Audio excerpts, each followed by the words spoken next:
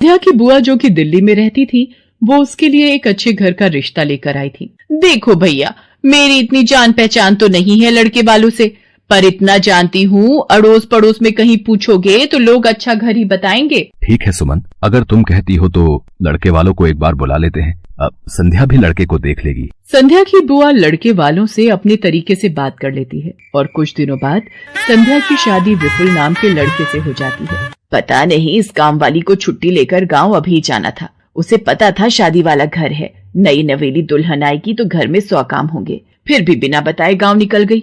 अब मैं दूसरी काम वाली इतनी जल्दी कहाँ से ढूंढूंगी। राजेश्वरी, एक प्याली चाय दे दो तो बड़ी मेहरबानी होगी। सुबह से एक प्याली चाय भी नहीं मिली है। तुम्हें तो जब देखो चाय पीने की पड़ी रहती है। पता भी है एक बर्तन नहीं है धुला हुआ जिसमें तुम्हारी चाय बना दूं।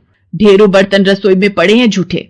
माँ, मैं कॉलेज जा रही हूँ, तुम मुझे ये मत कहना कि मैं छुट्टी कर लूं और तुम्हारे साथ घर का काम करवाऊं। मेरा आज बहुत बड़ा प्रोजेक्ट सबमिट होना है, इसलिए मैं तो कोई काम नहीं कर सकती। ये लो, अब इसे भी अभी कॉलेज जाना था। अब मैं क्या करूं, कुछ समझ नहीं आ रहा। संध्या की सास राजेश्वरी अभी काम वाली को लेकर परेशान हो ही रही थी, तभी संध्या राजेश्वरी की सारी बातें सुन लेती है और रसोई में जाकर बर्तन धोने लगती है। अरे संध्या बहू, तुम ये रसोई में क्या कर रही हो? हटो हटो हटो, ये झूठे बर्तन तुमसे थोड़ी करवाऊंगी। अभी तुम्हारे हाथों की मेहंदी भी नहीं उतरी। माँ जी, आप परेशान मत हो, मैं थोड़ी देर में ही सारा काम निपटा दूंगी। आप अकेले इतना काम नहीं कर पाओगे। ठीक है, अगर तुम कहती हो तो मैं कोई और काम कर लेती हूँ। माँ, पड़ोस में किसी से पता करो, शायद कोई और काम वाली मिल जाए। मैंने पूछा था, पर अभी किसी भी काम वाली के पास समय नहीं है। पुलकित काम पर चला जाता है। संध्या सारे घर का काम करती है। अब तो रोजाना ही ऐसा होने लगा। काम वाली तो थी नहीं। संध्या की ननद पूजा सुबह होते ही कॉलेज निकल जाती और सास पैरों में दर्द के बहाने बिस्तर पर आराम करती। संध्या तो मानो घर के कामों में ही उलझ गई। एक शाम, माँ, तुम बिल्कुल सही बहू ढूंढ कर लाई हो। बेचारी गरीब घर की है, इसलिए चुपचाप संस्कारी बहू की तरह घर के काम कर लेती है। अगर कोई पैसे वाले घर की लड़की बहू बनाकर ले आती तो वो पूरे घर को अपने इशारों पर नचाती और तुम और मैं बस बर्तन घिसते रह जाते। तभी तो मैंने इसकी बुआ को शादी के लिए हाँ कह दिया था। मुझे पता है ये गरीब घर की लड़कियां बड़ी सीधी सादी बहुएं साबित होती हैं।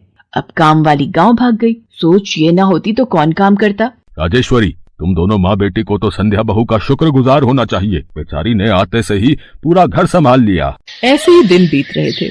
संध्या सभी घर वालों की देखभाल का पूरा ध्यान रखती थी।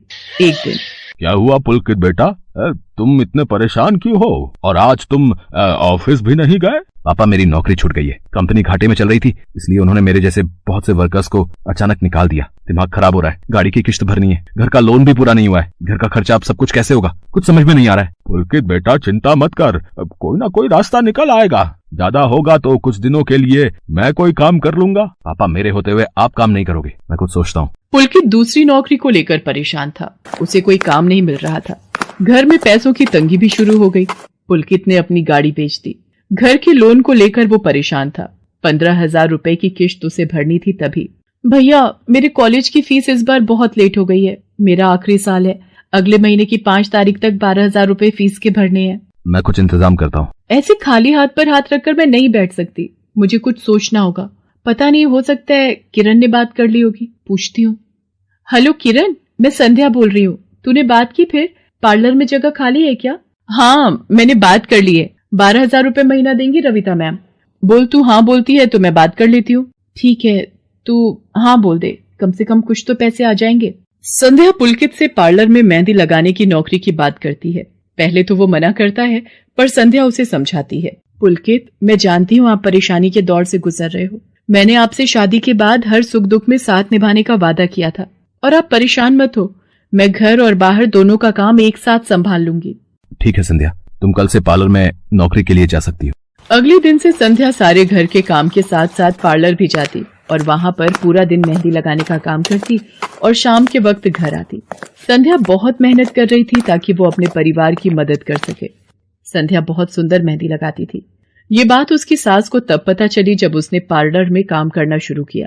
संध्या को पार्लर में काम करते हुए 1 महीना बीत चुका था। पार्लर की मालकिन रविता भी संध्या के मेहंदी लगाने के काम को देखकर बहुत खुश थी। संध्या, तुम सचमुच बहुत मेहनती हो। पिछले 1 महीने में बहुत से क्लाइंट तुम्हारी तारीफ कर रहे हैं और अपनी फैमिली फ्रेंड्स की शादी या सगाई फंक्शन के लिए तुम्हें ही मेहंदी के लिए बुक करना चाहते हैं। और हाँ, ये तुम्हारी सैलरी 12,000 रुपए। बाकी ये तुमने ओवर टाइम भी शादी के सीजन में बहुत किया है, उसके 6,000 रुपए अलग से दे रही हूँ। थैंक यू मैम, आपने मेरे काम की इतनी तारीफ की। मैं तो बस भगवान की कृपा से मेहनत से करती हूँ। संध्या घर आ जाती है और 12,000 रुपए पूजा के हाथ में रखती है। पूजा, ये तुम्हारी कॉलेज की फीस के पैसे, तुम कल ही अपनी फीस जमा कर देना। भाभी, ये तो आपकी मेहनत की कमाई है, आप ये सारे पैसे मुझे दे रहे हो? नहीं नहीं भाभी। पूजा, तुम मुझे अपनी भाभी कहती हो ना, और भाभी तो माँ समान होती है, तो क्या तुम अपनी भाभी माँ के पैसे नहीं लोगी? तुम अपने भैया से भी तो लेती हो ना। फिर मेरे और अपने भैया में फर्क है, मैं भी तो इस घर का हिस्सा हूँ, इसलिए ये पैसे रख लो। मुझे माफ कर दो भाभी, मैंने ना जाने आपके बारे में क्या क्या गलत सोचा। पुलकित को भी दूसरी नौकरी मिल जाती है। अब संध्या और पुलकित दोनों मिलकर काम करते थे। राजेश्वरी और पूजा भी अब संध्या की घर के कामों में बहुत मदद करती थी। परिवार में खुशियां फिर से लौट आई थी।